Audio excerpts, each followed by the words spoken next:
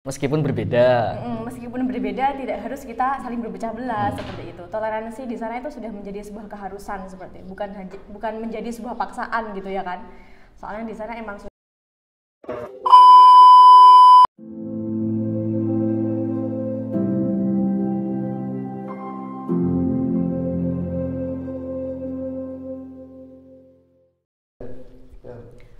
Assalamualaikum warahmatullahi wabarakatuh. Selamat datang di Jendela Alumni. Halo kawan-kawan semua, apa kabar? Apabila sebelumnya dalam segmen Jendela Alumni hostnya adalah Mas Kavi, maka pada kesempatan kali ini, pada seri kedua Jendela Alumni, yang jadi host adalah saya, Ahmad Abu Rifai. Sebetulnya saya juga salah satu alumnus dari MA Taris Pucakwangi. Pada kesempatan kali ini kita kedatangan tamu yang cukup spesial kayaknya. Kak Iva Alfiana Nurhaliza, apa kabar Kak Alfi? Alhamdulillah kabar baik Kak. Lagi sibuk ngapain sekarang? Ini di rumah lagi sibuk semester tua Kak. Ya jadi istilahnya ya nyusun skripsi kayak gitulah. Jadi pengabdi dosping? Enggak. Oke kawan-kawan semua, kali ini kita akan ngobrol banyak lah soal sekolah, soal kegiatan-kegiatan organisasi, soal pengabdian masyarakat, bahkan sampai ke hal-hal kayak apa sih peran yang bisa dilakukan oleh seorang perempuan terutama untuk masyarakat sekarang. Nah, Kak Alfi, karena di sini kita itu bicara di studionya MA Taris, pasti muncul lah semacam kenangan, semacam nostalgia soal madrasah yang kita cintai tentu saja. Tentu saja itu. Kalau tiap kali Kak Alfi dengar madrasah, kata madrasah, apa sih yang pertama kali muncul kemudian ada dalam benak? Nah, bicara tentang madrasah nih ya, tentunya otomatis saya sendiri terutama flashback ke 3 tahun yang lalu lah ya. Soalnya saya di sini kan semester 7 ya kan, jadi 3 tahun kemudian lah ya, berarti flashback 3 tahun lulusan 2017 gitu. Jadi benak saya di sini ya terkenang mengenai kegiatan-kegiatan waktu di sini, waktu di madrasah ini sendiri gitu. Kawan-kawan, kegiatan dan lain-lain. Ya, yang pastinya lebih ke kegiatan Kak, soalnya mulai dari MA kelas 1, kelas 2, kelas 3 itu kayaknya lebih terkenang itu yang kegiatan-kegiatannya, mulai dari kegiatan OSIS, kegiatan marching band, dan tentunya ada kegiatan pramuka juga seperti itu. Oke, seberapa penting sih bagi Kak Alfi mengikuti kegiatan-kegiatan seperti itu? Karena beberapa orang itu bilang, alah nggak usah lah ikut kegiatan-kegiatan ekstrakurikuler. Misalnya ikut marching, ikut OSIS dan lain-lain itu cuma bikin lelah, cuma ngurang-ngurangin waktu buat belajar secara akademik gitu. Benar sekali. Tidak jarang juga saya sering dengar kata-kata seperti itu ya kan. Tapi menurut saya sendiri nih, pribadi saya sendiri tentang kesibukan di luar kelas lah ya tentunya. Jadi semakin kita bertemu banyak orang, istilahnya gini. Kalau yang jadi buat kunci saya ketika saya senang di luar, kenapa? Karena setiap orang itu saya sendiri sih, saya pandang sebagai guru, sedangkan tempat itu adalah sekolah. Jadi semakin banyak kita kegiatan di luar, semakin banyak kita berjumpa dengan orang secara tidak langsung, ya kita belajar banyak lah gitu, tidak hanya belajar melulu tentang kelas, tentang mata pelajaran seperti itu. Oke. Banyak sekali orang yang bilang bahwa masa SMA atau masa MA itu adalah masa yang paling indah dalam sekolah. Kayak kita sudah melewati SD, SMP, kemudian SMA, maka pada puncak itulah puncak kebahagiaan juga muncul. Nah, puncak kebahagiaan itu juga terwujud salah satunya dalam organisasi ya? Iya, benar sekali. Karena ketika kita sekolah terus ada tambahan jam untuk tidak pulang. Misalnya pulang jam 1 lah ya, tapi berhubung ada kegiatan organisasi mungkin itu rapat atau apa, jadi pulang kan sore ya kan, meskipun sampai rumah terasa capek, tapi capeknya itu kayak bermanfaat gitu, jadi kayak ada hawa-hawa tersendiri yang aduh kayak asik ya, gitu ya? Asik banget ya, seperti itulah Kak. Ada gak sih semacam pengalaman-pengalaman lucu atau mengesankan yang tak bisa dilupakan sampai sekarang? Tentunya ketika mengikuti organisasi di MA Taris. Pasti. Ini yang organisasi apa dulu nih? Yang marching atau pramuka? Semua dong. Aduh.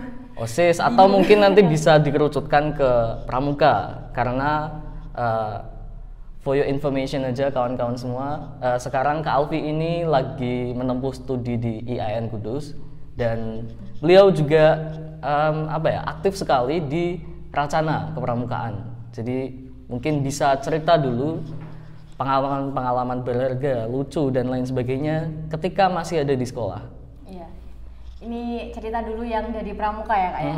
Kalau di pramuka kan identik dengan dasa dharma atau seperti itu. Nah, implementasinya nih ya. Mulia sekali. Untuk implementasinya sendiri nih ya. Kalau dasa dharma kan 10 itu kan, 10 pilar itu kan pasti tahu sendiri lah ya. Itu kan dilatih untuk disiplin, dilatih untuk berani seperti itu. Nah, lebih ke disiplinnya ini, ingat banget ketika waktu acara pelantikan atau acara kemah seperti itu, di mana diklat lah ya istilahnya seperti itu, dilatih untuk cepat, sigap, dan tentunya tepat lah ya. Jadi melatih banget diri kita untuk disiplin seperti itu. Itu yang poin yang mungkin sangat berharga dan sangat bermanfaat untuk kehidupan selanjutnya seperti itu.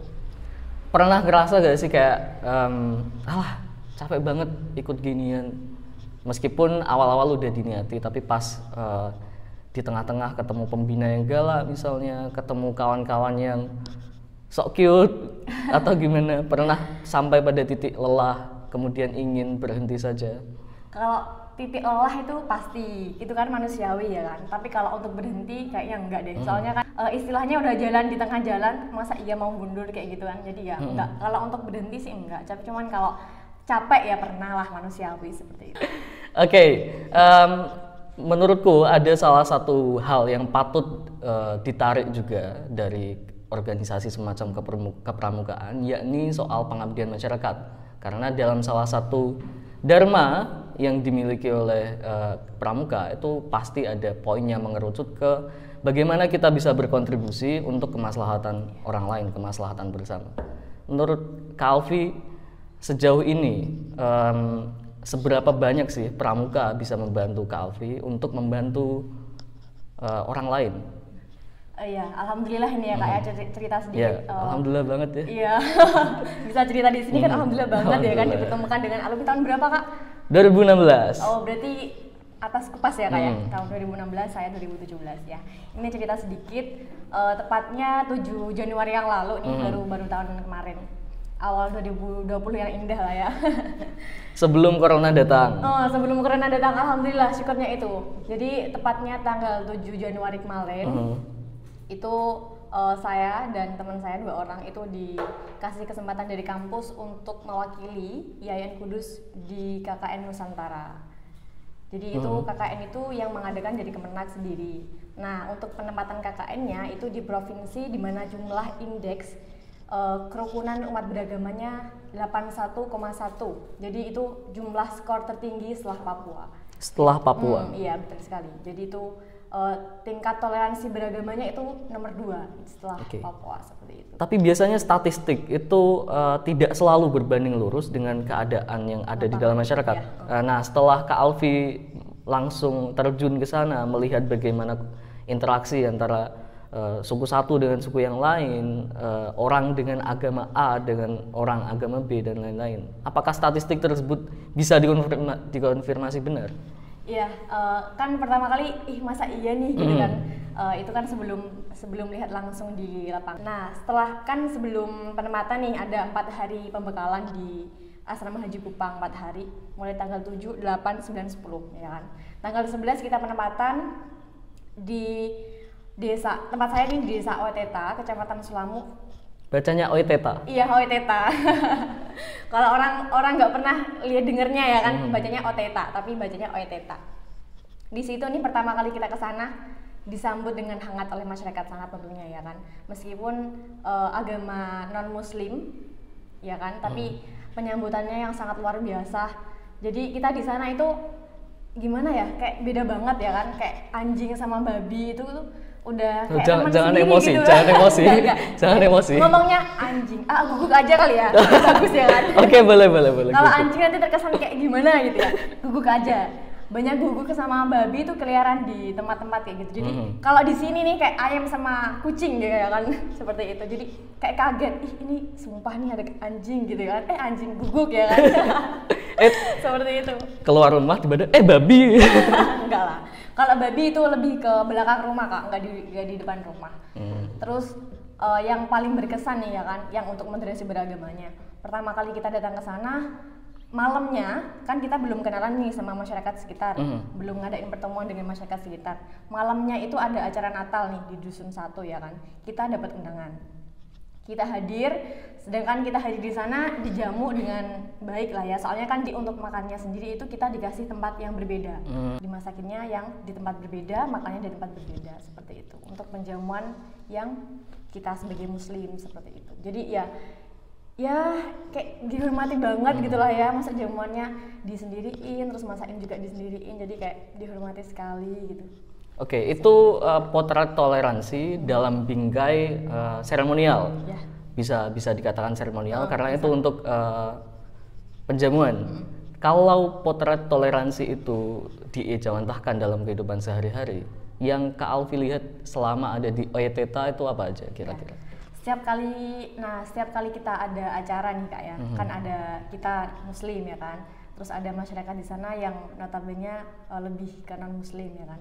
Setiap kali sambutan atau apa itu mungkin dari kepala desa sendiri, dan untuk yang lain juga setiap kali salam itu mereka selalu mengucapkan salam menurut agama kita. Jadi meskipun mereka agamanya non muslim yang salamnya shalom ya kan, tapi tetap mereka itu tidak meninggalkan salam dari kami, assalamualaikum, seperti itu. Jadi ya kayak dihormati sekali gitu lah Kak, saling menghormati lah seperti itu. Oke, pasti di sana itu banyak belajar bahasa. Berapa hari di sana? Di sana mulai dari penempatan ya kan, mulai dari penempatan 34 hari. Mulai dari 34 tanggal 10, hari. Mulai tanggal 11 Januari sampai sana. Kalau pembekalan kan 4 hari. Berangkat dari kampus tanggal 7, tanggal 11 penempatan. Contohin dong bahasanya. Bahasa Oeteta sana. Oke.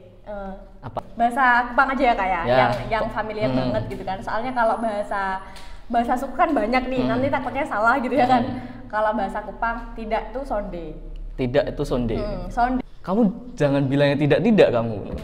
Kamu jangan bilang sonde kamu. Karena mana le? Bilang apa nih? Itu gimana nih kamu bilang apa? Seperti itu. Karmana itu bagaimana? Kalvi. Ya. Ketika melihat toleransi yang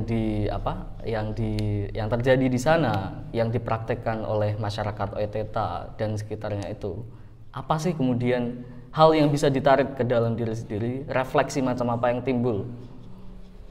Tentunya ya pertama saling menghargai ya kan. Meskipun berbeda.